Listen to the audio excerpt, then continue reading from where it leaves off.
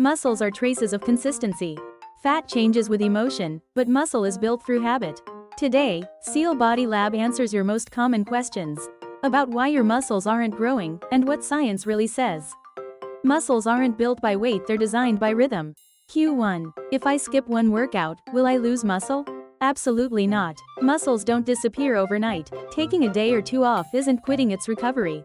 During that time, your body repairs damaged fibers and prepares for the next challenge. This process is called supercompensation. Your body coming back stronger after proper rest. Q2. When does muscle loss actually start? It usually begins after 3 to 4 weeks of complete inactivity. But don't worry, muscles remember. According to Muscle Memory Study 2022, muscle cells keep their nuclei, called myonuclei, even after you stop training. When you start again, those cells remember how to grow, making the comeback much faster than the first time. The University of Oslo Muscle Research Group 2020 found that, even after 3 months of rest, most muscle nuclei remain intact. And with consistent training, 80 to 90% of strength and size returned within 2 to 3 weeks. Muscle doesn't die, it just goes into sleep mode. Q3. I took a week off and I look smaller. Did I lose muscle? What you're seeing is mostly water loss. When you stop training, your muscle glycogen stores drop, and glycogen binds with water. Journal of Nutrition 2023 found that each gram of glycogen holds about 3 to 4 grams of water. So the weight you lost isn't muscle, it's hydration. Q4. Does fasted training burn more fat? Partly true, but not the full story. Yes, fasted workouts can increase the ratio of fat burned, but total calorie burn stays about the same. And without fuel, your body may start breaking down muscle protein for energy. Metabolic Adaptation Review reported that intense fasted training increases muscle protein breakdown. Sometimes, it's not the fat that burns first, it's your muscle. Q5. Before a fasted workout, should I take protein or carbs? Good question. The answer depends on your goal. If your goal is fat loss, take light protein, not carbs. A shake, an egg, or Greek yogurt will protect muscle while keeping fat burning active. If your goal is muscle growth or maintenance, combine both protein and carbs. Protein is the building block, carbs are the fuel. Together, they create the ideal environment for growth.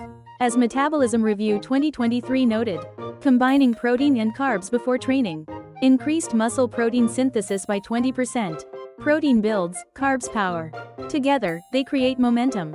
Q6. When's the best time to take protein before training?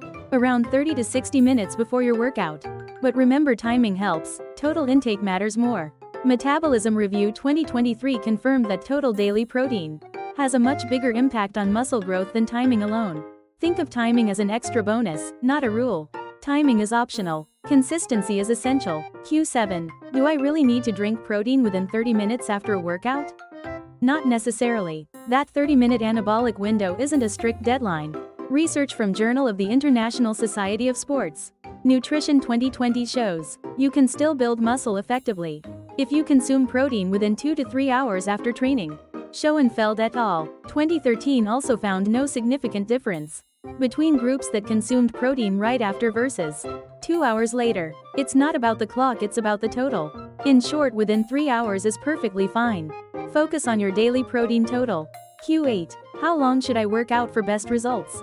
Duration doesn't matter as much as intensity and focus. Even 20 minutes of deep concentration can outperform 2 hours of distraction.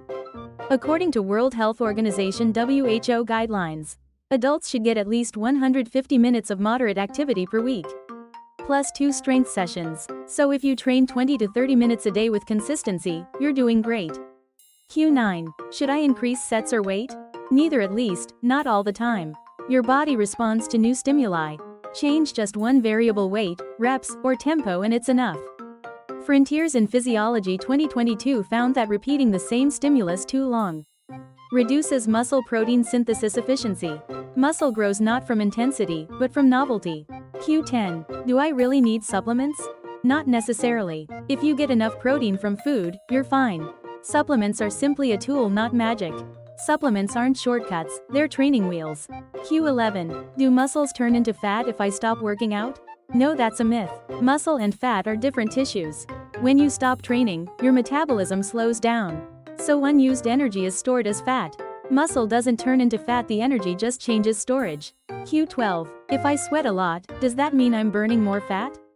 No. Sweat is just your body's cooling system, not fat melting. Fat is burned through metabolic rhythm, not temperature. Q13. Does stress affect muscle growth? A lot.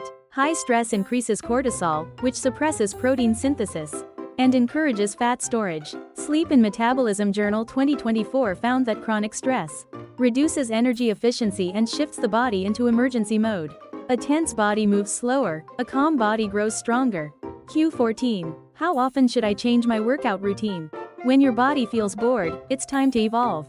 Usually, every 4 to 6 weeks is a good refresh cycle. You don't throw away a routine, you evolve it. Q15. Do I need soreness for muscle growth? That's the gym myth we all know. If my legs aren't sore, I didn't train hard enough. But soreness isn't proof of growth. Frontiers in Physiology 2021 shows soreness is simply an inflammation response, not a sign of greater muscle gain. Soreness means something new, not something better. Bonus: recovery is growth. Muscle doesn't grow in the gym, it grows while you rest. Training gives the signal, but recovery builds the structure. Stimulation is the message. Recovery is the construction. Bonus: no pain doesn't mean no progress. If you don't feel sore, that doesn't mean you failed. Frontiers in Sports Science 2021 found that trained individuals experience much less soreness even at the same intensity. That's not undertraining, that's adaptation. Less pain means your body's getting smarter. Bonus: the balance of pain. Pain isn't the goal, but it's also not the enemy. Too little means no signal. Too much means broken rhythm. Frontiers in Physiology 2022 found that moderate muscle stress stimulates protein synthesis, but excessive damage leads to fatigue and inflammation. Pain isn't proof, it's feedback. No pain means maintenance. Some pain means adaptation. Too much pain means imbalance. The real skill isn't chasing pain, it's managing rhythm. Pain is the language of beginners. Recovery is the language of experts. Rhythm is the language of evolution. Conclusion: the SealBody Lab Rhythm Principle. Muscle growth isn't about willpower, it's about systems. Your body doesn't respond to numbers, it responds to rhythm. Rest is reset. Protein is fuel. Stress is the brake. Real change isn't about how hard you go. It's about how long you keep going. Your body never fails, it just loses rhythm. Train the rhythm, not just the muscle. Subscribe, stay consistent, and keep building your rhythm.